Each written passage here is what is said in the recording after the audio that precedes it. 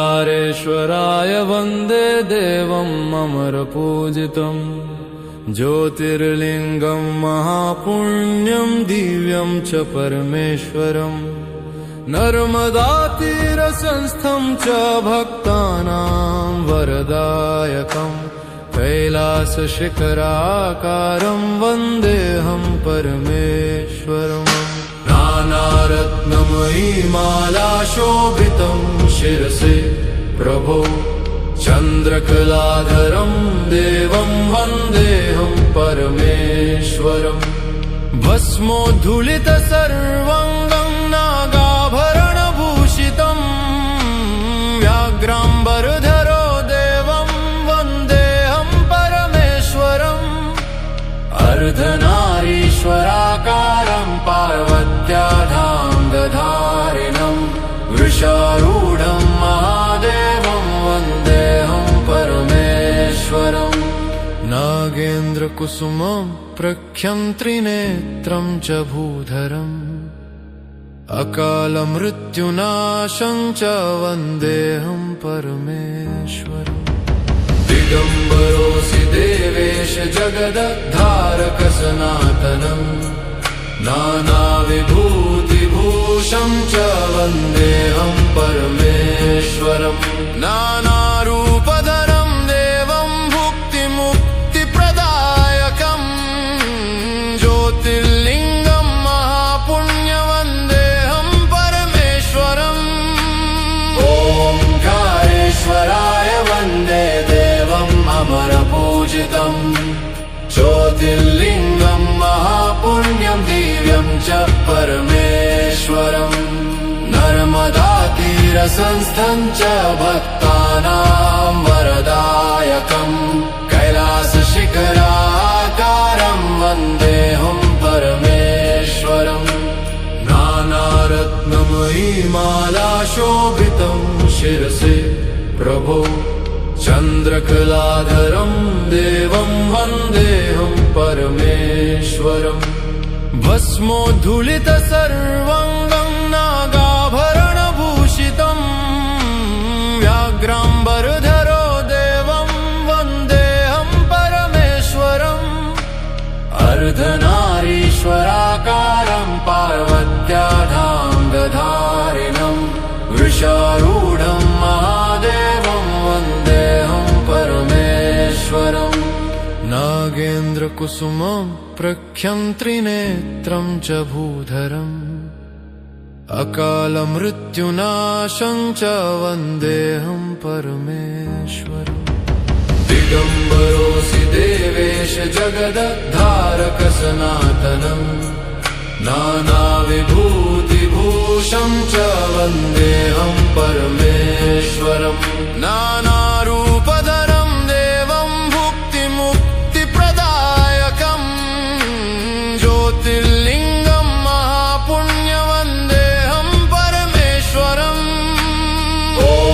ओंकारेश्वराय वन्दे देवम् अमरपूजितम् ज्योतिर्लिङ्गं महापुण्यं दिव्यं च परमेश्वरम्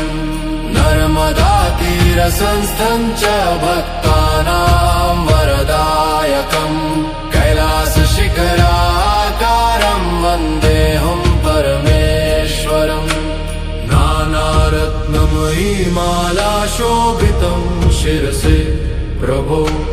चन्द्रकलाधरं देवं वन्देऽहं परमेश्वरम् भस्मोद्धूलित सर्वाङ्गं नागाभरणभूषितं व्याघ्राम्बरधरो देवं वन्देऽहं परमेश्वरम् अर्धनारीश्वराकारं पार्वत्याधाङ्गधारिणम् वृषारूढं महादेवं वन्देऽहं परमेश्वरम् नागेन्द्रकुसुमं प्रख्यं च भूधरम् अकालमृत्युनाशं च वन्देऽहं परमेश्वरम् दिगम्बरोऽसि देवेश जगदद्धारक सनातनम् नानाविभूतिभूषं च वन्देऽहं परमेश्वरम् नानारूपधरं देवं भुक्तिमुक्तिप्रदायकं ज्योतिर्लिङ्गं महापुण्यवन्देऽहं परमेश्वरम् ओंकारेश्वराय वन्दे देवम् अमरपूजितम् ज्योतिर्लिङ्गं महापुण्यं दिव्यं च परमेश्वरम् नर्मदातीरसंस्थं च भक्तानां वरदायकम् कैलासशिखराकारं वन्देऽहं परमेश्वरम् नानारत्नमयीमालाशोभितं शिरसि प्रभो चन्द्रकलाधरं देवं वन्देऽहं परमेश्वरम् भस्मोद्धूलितसर्वाङ्गं नागाभरणभूषितं व्याघ्राम्बरधरो देवं वन्देऽहं परमेश्वरम् अर्धनारीश्वराकारं पार्वत्याधाङ्गधारिणं वृषारूढं महादेवं वन्देऽहं परमेश्वरम् नागेन्द्रकुसुमं प्रख्यन्त्रिनेत्रं च भूधरम् अकालमृत्युनाशं च वन्देऽहं परमेश्वरम् दिगम्बरोऽसि देवेश जगदद्धारक सनातनम् नानाविभूतिभूषं च वन्देऽहं परमेश्वरम् नानारूपधरं देवं भुक्तिमुक्तिप्रदायकं ज्योतिर्लिङ्गं महापुण्यवन्देऽहं परमेश्वरम् ओंकारेश्वराय वन्दे देवम् अमरपूजितम् ज्योतिर्लिङ्गं महापुण्यं दिव्यं च परमेश्वरम् नर्मदातीरसंस्थं च भक्तानां वरदायकम् कैलासशिखराकारं वन्देऽहं परमेश्वरम् नानारत्नमयीमालाशोभितं शिरसि प्रभो चन्द्रकलाधरं देवं वन्देऽहं परमेश्वरम् भस्मोद्धूलितसर्वाङ्गं नागाभरणभूषितं व्याघ्राम्बरधरो देवं वन्देऽहं परमेश्वरम् अर्धनारीश्वराकारं पार्वत्याधाङ्गधारिणं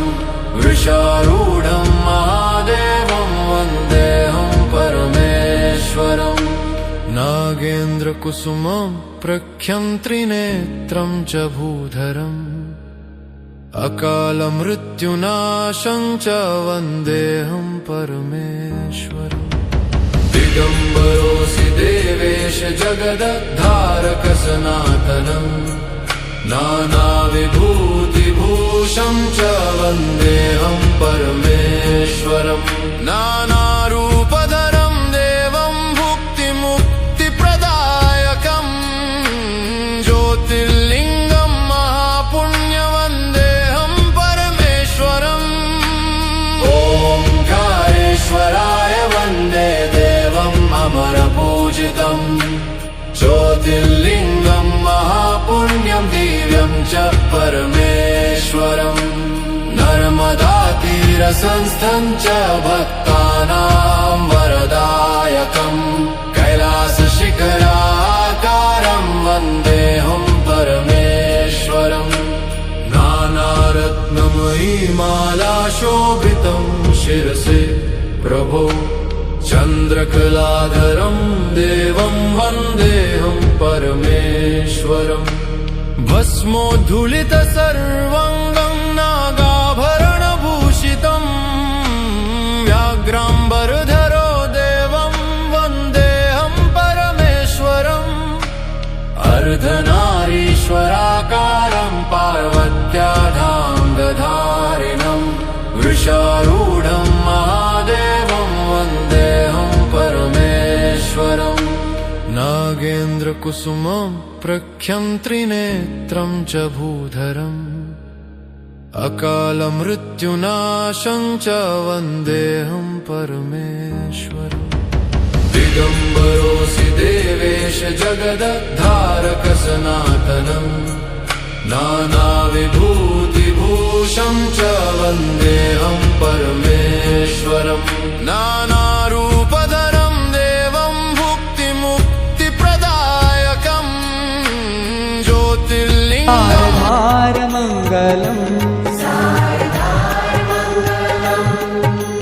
देव महादेव तु दातार मङ्गलम्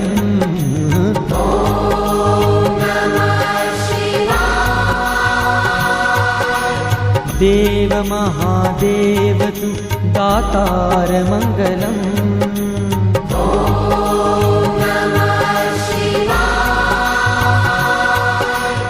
ॐ मङ्गलम् ओंकार मङ्गलम्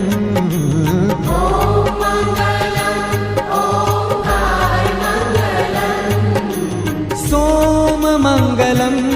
सारधारमङ्गलम् सोममङ्गलं सारधारमङ्गलम्